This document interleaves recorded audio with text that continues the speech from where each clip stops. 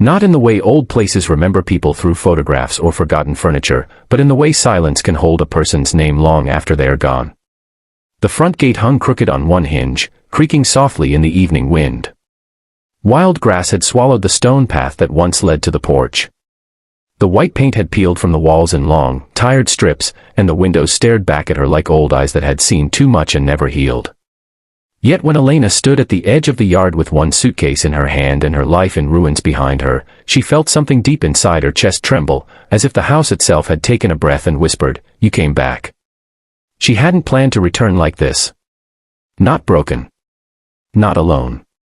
Not carrying the weight of a failed marriage, a mountain of debt, and the shame of losing almost everything by the age of 32. She had left this town 15 years ago swearing she would never come back, never look at this house again, never touch the memories that had been buried inside its walls. But life had a cruel way of bringing people back to the places they thought they had escaped. After her mother's death, the house had been left to Elena in a will she hadn't expected. She ignored the letters from the lawyer for months, too consumed by the collapse of her own life to care. Then the apartment was gone, her savings were gone, and the men she had once trusted with her future had become just another lesson in betrayal. In the end, the abandoned house in the middle of nowhere became the only place left that was still hers. Before we go further, if you believe in kindness, healing, and second chances, take a moment to like this video, comment where you're watching from, share it with someone who needs hope, and subscribe to the channel. Stories like this remind us that even after life breaks us, there can still be a way back. Elena climbed the porch steps slowly, each one groaning under her weight. Her fingers shook as she slid the old brass key into the lock. She expected resistance, but the door opened with a tired sigh, as if it had been waiting all these years for someone to come home. A thick smell of dust, wood, and forgotten time met her at once. The living room was dim, the curtains stiff with age, the furniture draped in white sheets that looked like ghosts standing in silence. She stepped inside carefully, her shoes stirring dust into the fading light. Nothing had changed and yet everything had. The floral wallpaper her mother loved was faded to a dull memory. The fireplace was cold and lined with soot. The family clock on the mantel had stopped at 8:17, perhaps years ago, and no one had cared enough to wind it again. That first night, Elena slept on the floor in her old bedroom with her coat folded beneath her head. Rain tapped against the roof, and every creak of the house made her flinch awake. It felt strange to be back in the room where she had once dreamed of becoming someone else. The pale blue walls were chipped, the bookshelf leaned slightly to one side, and in the corner sat the old cedar chest her father had built before he died. She hadn't opened it in years. She wasn't ready to. Some memories were not sleeping things, they were wild animals, and if you woke them, they bit. The next morning brought no miracle, only work. Elena tied her hair back, opened every window she could force apart, and began cleaning. She swept years of dust from the floors, dragged rotten curtains down from the rods, scrubbed mold from the kitchen sink, and carried armfuls of trash to the yard until her arms ached. The house had been abandoned, but it had not died. Under the grime, there was still warmth in the wood, still beauty in the old carved banister, still sunlight pouring through the front windows in soft golden sheets. As she worked, Elena found herself remembering things she hadn't allowed herself to remember in years. Her mother humming while making soup. Her father fixing a loose cabinet handle with patient hands. Summer evenings on the porch, when the world felt safe and small and whole. But memory was never kind for long. By the third day, the loneliness settled in like winter. Elena had no job, almost no money, and no idea how she would repair a house that seemed to be falling apart in 100 quiet ways. The roof leaked over the hallway. The back fence had collapsed. The water heater made a sound like it was choking. At night she sat at the kitchen table with a flashlight and stacks of unpaid bills, doing impossible math over and over, hoping numbers might become merciful if she stared at them long enough. They never did. More than once she wondered if coming back had been a mistake. Maybe this house wasn't a second chance at all.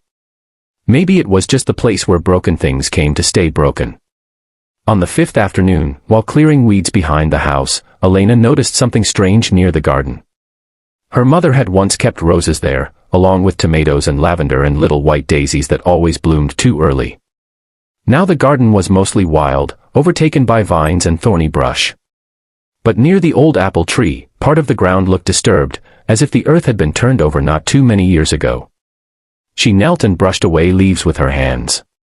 Beneath them, half buried in mud, was the corner of a small metal box. Her heart started pounding before she even touched it. The box was old, rusted at the edges, and locked with a tiny brass clasp that had snapped with age.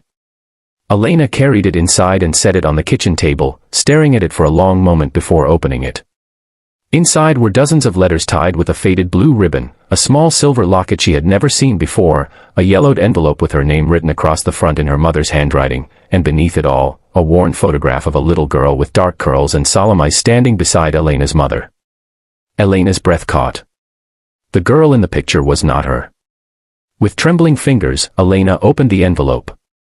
The paper inside was soft with age, the ink slightly smudged in places, as if tears had once fallen there. She recognized her mother's careful handwriting instantly. The letter began with an apology.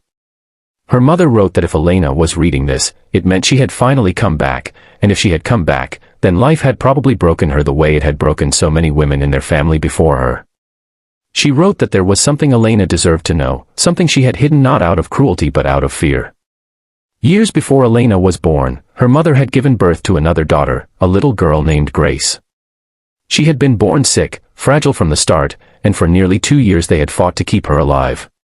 But one winter, after a fever that wouldn't break, Grace died in this very house. Elena's father had never recovered from the loss. Neither had her mother. The grief hollowed them out so deeply that when Elena was born 3 years later, her mother became obsessed with protecting her from every pain the world could offer. That fear became control. That control became distance. And the silence around Grace became the shadow that settled over the family for years. Elena read the letter once, then again, tears blurring the words. Suddenly so much of her childhood made sense. The overprotectiveness that felt like suffocation. The sadness in her mother's eyes on Elena's birthdays. The way the house had always carried a grief no one named. Elena had spent most of her life believing her mother had never truly understood her, never truly loved her in the way she needed. But now, with this letter trembling in her hands, she saw something more tragic and more human. Her mother had loved from a place of terror. She had held Elena too tightly because she had once held another daughter and lost her. There were more letters in the box, and many of them were addressed not to Elena, but to Grace. Her mother had written them across the years whenever the grief became too heavy to carry in silence.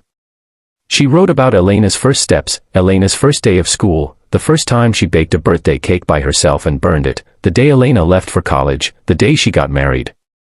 In every letter, Grace remained part of the family, loved in absence, remembered in private. Elena sat at the kitchen table until the room went dark, reading every page, crying harder with each one. It felt as if she were meeting both her mother and her sister for the first time. In the days that followed, the house changed because Elena changed.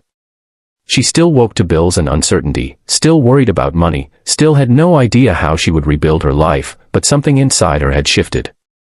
The bitterness she had carried toward her mother for years began to loosen its grip. In its place came grief, yes, but also compassion. She understood now that the women in her family had not been cold. They had simply been carrying wounds too heavy to explain. Elena walked through the rooms of the house differently after that, touching the banister, the window frames, the old kitchen counter as if she were touching history itself. She no longer felt like an intruder in a ruin. She felt like a daughter returning to a story that had been waiting for her to finish it. Then, a week later, another change came. Elena was painting the front porch when she heard the sound of a bicycle skidding on gravel. A little girl, no older than 8, stood at the gate holding a wilted sunflower. Her clothes were clean but worn, and her eyes had the same guarded look Elena remembered seeing in the mirror after her divorce. The girl explained, in a rush of nervous words, that her grandmother lived down the road and had said someone had finally come back to the old Mercer house. She had picked the sunflower because the garden looked lonely. Then she held it out with both hands, as if offering something sacred. Elena took the flower and felt her throat tighten. The child's name was Rosie. Her mother worked 2 jobs in town and her grandmother cared for her most days. Over the next few weeks Rosie kept finding reasons to stop by. Sometimes she brought tomatoes from her grandmother's garden. Sometimes she asked if Elena needed help watering plants. Sometimes she simply sat on the porch swing and talked about school, stray cats, and how she hated thunder. Elena learned, little by little, that Rosie's father had left years ago and her mother was too exhausted most nights to do more than fall asleep at the table. The child carried loneliness the way some children carry backpacks, quietly, every day, as if it were normal. Without meaning to, Elena began to care for her. She made sandwiches when Rosie came over hungry. She taught her how to paint old furniture and plant marigolds in the garden. They cleared the weeds around the apple tree together, and Elena told her stories about the house, though not all of them. In Rosie's laughter, in the way her small hand slipped trustingly into Elena's while crossing the yard, something long closed inside Elena began to open. She had come back to the house thinking she needed a roof over her head. She hadn't realized she also needed a reason to stay alive in her own life again. Autumn arrived gently. The roof still leaked, but less after Elena patched part of it herself. The kitchen walls were freshly painted. The garden had color again. Elena found part-time work at the local library, and though the pay was modest, it was enough to keep the lights on and food in the fridge. More importantly, she stopped feeling like a woman waiting for life to happen somewhere else. She was in it again, hands dirty, heart bruised, but standing. One evening, while sorting through the last of the boxes in the attic, Elena found a small wooden plaque wrapped in cloth. It had been carved by her father, and the words were simple. What is loved is never lost. It only changes form. Elena sat there beneath the rafters and cried until sunset bled through the dusty attic window. For the first time in years, they were not the tears of defeat. They were the tears of someone finally understanding that grief and love had always lived side by side in this family, and that survival did not mean pretending pain never happened. It meant carrying it differently. It meant letting it soften you instead of hardening you. It meant planting flowers in the same soil where something once died. And if this story is touching your heart so far, please take a moment to like the video, leave a comment, and subscribe to the channel. Stories of healing only matter if they remind us to be gentler with the people around us, and with ourselves. As winter approached, Elena made one final decision. She used the little savings she had, plus money from selling some old jewelry she no longer wanted, to turn the downstairs guest room into something simple but warm, a reading room for local children. She painted the walls cream, filled shelves with donated books from the library, laid a bright rug on the floor, and hung soft yellow curtains at the window. Rosie helped arrange the books by color because she said it looked happier that way. Elena named the room Grace's Corner.